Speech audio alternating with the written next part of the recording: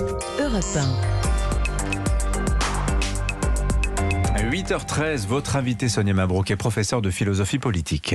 Et un intellectuel majeur, Pierre Manent, bonjour et bienvenue sur Europe 1. Nous avons besoin de vous ce matin. Nous vivons, à n'en pas douter, un moment, je pense, oui, nos auditeurs, surtout un moment crucial de la vie politique de notre pays. Certains pointant, Pierre Manent, le risque d'une France ingouvernable. Toutefois, est-ce que vous voyez néanmoins un aspect positif aux conséquences de ces élections ? Aspect positif majeur, c'est que la représentation nationale est de nouveau représentative. Bon, ça nous a manqué depuis longtemps. Donc, de ce point de vue-là, tout le monde, si j'ose dire, doit se réjouir de ce résultat. Maintenant, qu'est-ce qu'on fait avec ce résultat ? Parce que nous avons une longue pente à remonter. Car on dit cette Assemblée va être ingouvernable, probablement. Mais ça fait longtemps que nous ne sommes plus vraiment gouvernés politiquement. C'est-à-dire ? Il y a, je dirais, une administration politique qui met en œuvre ce qui est jugé la seule politique possible depuis 20-30 ans. Bon. Ce sur quoi s'appuie Emmanuel Macron depuis 5 ans, c'est, je dirais, la classe en possession d'État de ce pays. Dans le langage ancien qu'on parlait dans ma jeunesse, on aurait dit la bourgeoisie. Bon. C'est un gouvernement de classe, c'est parfaitement légitime, mais un gouvernement politique ne peut pas être jamais seulement un gouvernement de classe. Il faut nécessairement réunir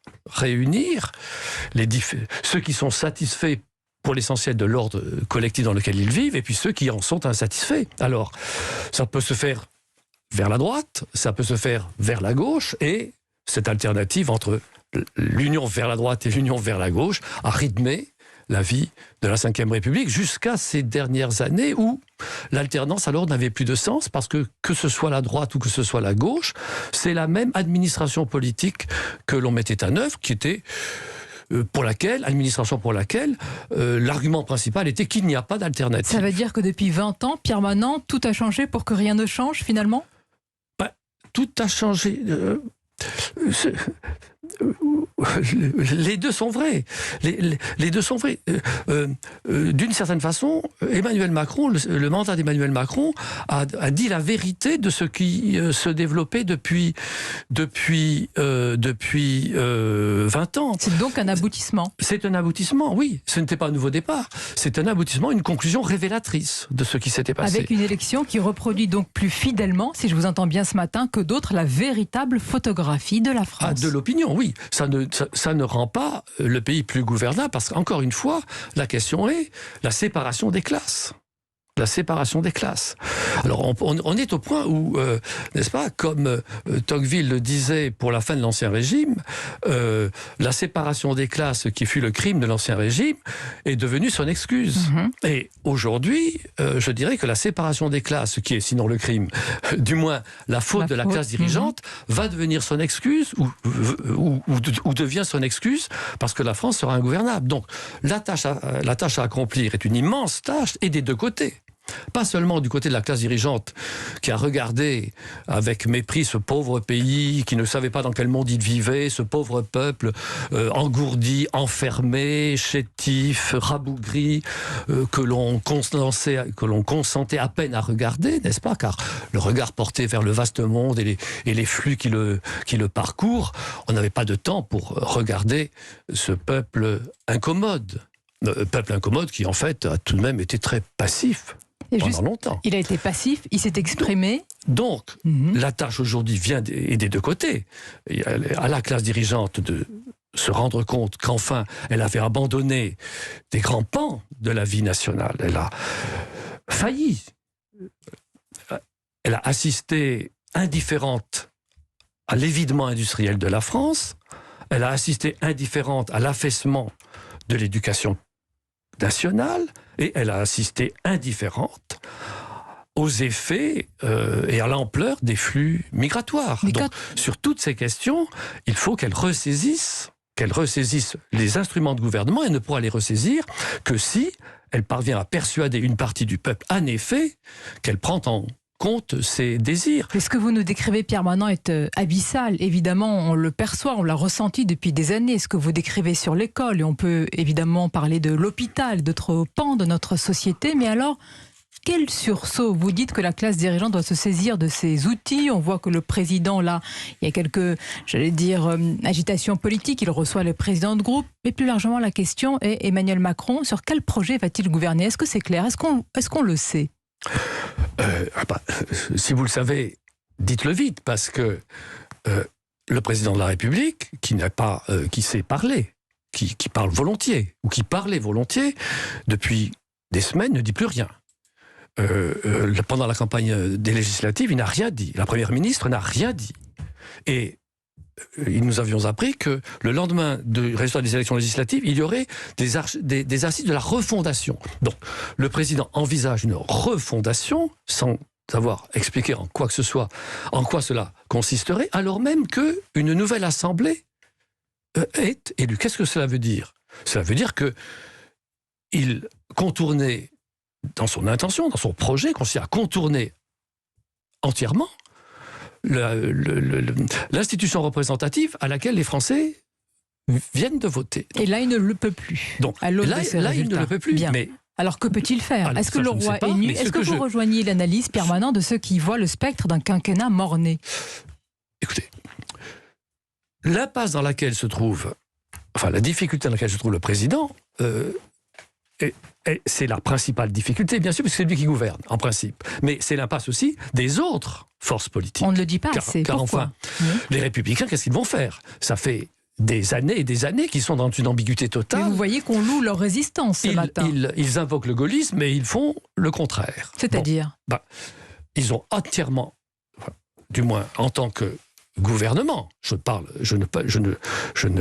ne traduis pas les pensées de tous les membres de ce parti, mais en tant que force politique, se recommandant toujours du gaullisme, ils ont entièrement adhéré à, l'idéologie européenne qui domine les conseils européens et qui domine la politique française depuis 20-30 ans. Donc, à eux de repenser leur projet politique, à eux puisqu'ils sont, paraît-il, gaullistes, de repenser un gaullisme adapté aux circonstances, qui ne peut pas être évidemment la répétition mécanique de ce qu'a fait le général dans des circonstances tout à fait différentes. Mais c'est vrai aussi pour le Front National, car représenter le malaise, la colère, faire écho, répercuter le malheur français, pour employer l'expression de Marcel Gauchet, répercuter le malheur français, lui donner d'une certaine façon une voix, ça n'est pas se préparer à gouverner. Ça veut dire que le Rassemblement national que l'on décrit, d'ailleurs à raison quand même, comme le grand vainqueur de ces élections, doit transformer cette victoire. Évidemment, il faudrait quand même qu'ils apprennent un petit peu la grammaire du gouvernement.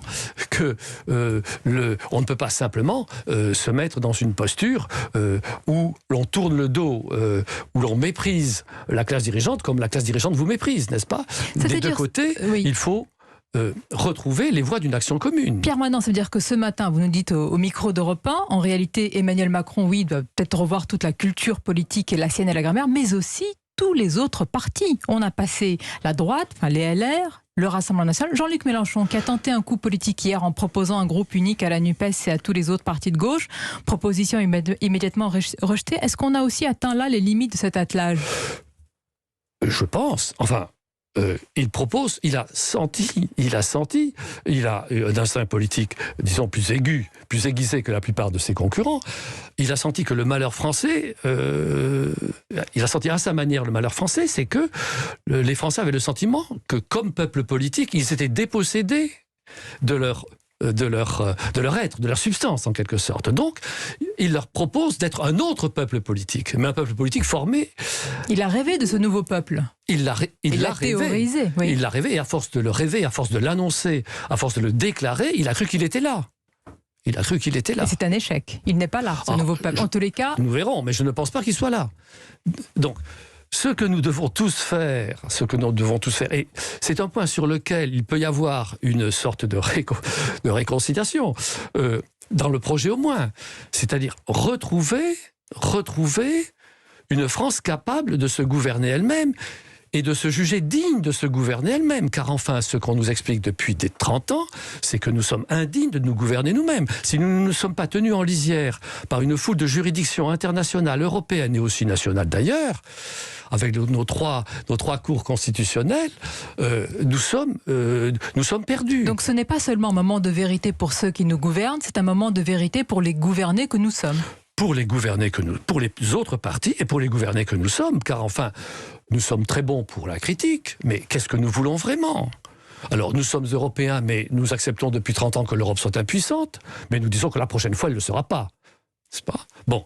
Nous sommes bons Français. Nous voulons que le peuple français retrouve la parole. Mais bon, nous laissons s'affaisser l'éducation nationale et nous laissons nous abandonnons à tous ces mouvements que nous n'essayons même plus de maîtriser. Oui, parce que ça fait longtemps, Pierre Manant, que vous faites le constat d'une sortie à bas bruit du régime démocratique et libéral et d'une dépolitisation, dites-vous, de notre vie commune. La question ce matin, est-ce que ce mouvement est inéluctable ? Est-ce que ça dépend de nous ? On ne le saura que quand l'histoire sera écrite, parce que ça suppose, n'est-ce pas, un redressement collectif. Accepter de nouveau, avoir le sentiment de, comment dire, de l'exigence de nous gouverner nous-mêmes. Non pas pour faire n'importe quoi, en disant que puisque c'est nous avons le droit de... Bien sûr, il y a des règles.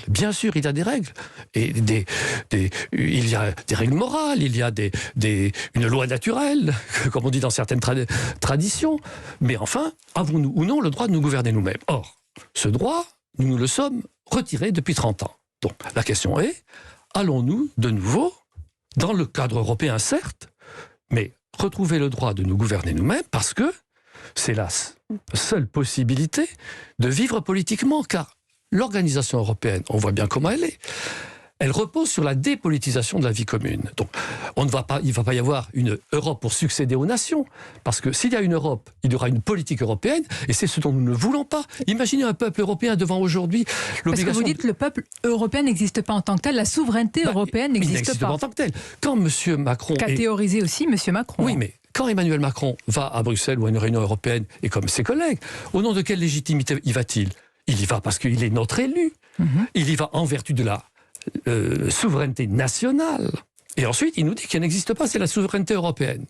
Ou alors qu'elle se confond avec la souveraineté européenne. Mais c'est une plaisanterie. Il y va au nom de la souveraineté nationale, et évidemment, nos nations souveraines ont accepté certains abandons ou concessions de compétences dans certains domaines qui sont répertoriés. Mais nous restons souverains. Et c'est cette hémorragie qu'il faut arrêter selon vous ? C'est cette hémorragie juridique, c'est cette hémorragie aussi morale. Car encore une fois, pourquoi renoncer à notre vie politique, à notre souveraineté politique, pour une institution qui ne peut pas faire de politique. Mais il faut beaucoup de ressources, j'allais dire même de ressorts dans le pays pour finalement arrêter cette hémorragie. Est-ce qu'on les a ? C'est la question, je ne sais pas. Vous ne le savez pas à l'heure actuelle. Nous avons si facilement accepté cette hémorragie de légitimité. Mais pourquoi ? Parce que nous sommes soumis ? Parce que nous n'avions plus la volonté de nous battre ? Et nous sommes fatigués. Je crois que, oui, il y a... vieux peuple, n'est-ce pas ? Cher vieux pays, comme disait le général. Oui, mais longue histoire pour réarrimer la France et la République. Si ce n'est pas les Français qui peuvent le faire. Vous avez très bien dit, vous venez de dire, c'est cela qu'il faut faire. Réarrimer la France. Réarrimer la France à la République, parce que d'un côté, on dit vive la République, mais surtout vive la France. Excusez-moi, c'est idiot. Car la République, c'est le gouvernement de la France. C'est la République française. Mais de l'autre côté, on dit les valeurs de la République. Mais là aussi, c'est symétriquement inepte. Parce que les valeurs de la République consistent à délégitimer la République. Les valeurs de la République consistent à vous dire qu'on ne fait pas de différence entre un citoyen français et quelqu'un qui n'est pas français. Et même, c'est pour ainsi dire, un crime contre l'humanité de faire une distinction. Vous savez comment, dans quel pays on vit. Donc, nous nous excommunions nous-mêmes. Nous nous excommunions nous-mêmes de la République. Donc, moi, vous voyez, je ne suis pas révolutionnaire. Je dis, faisons la République française. C'est à nous d'écrire cette histoire. Très harimont, comme vous le dites très bien, la France et la République à la France. Ça va dans les deux sens. Ça se joue maintenant. Pierre Manant, je vous remercie. Et on sent bien ce matin que les défis sont immenses, colossaux, bien plus que certaines majorités d'alliances ou de circonstances. Merci pour cet éclairage ce matin. Merci à vous.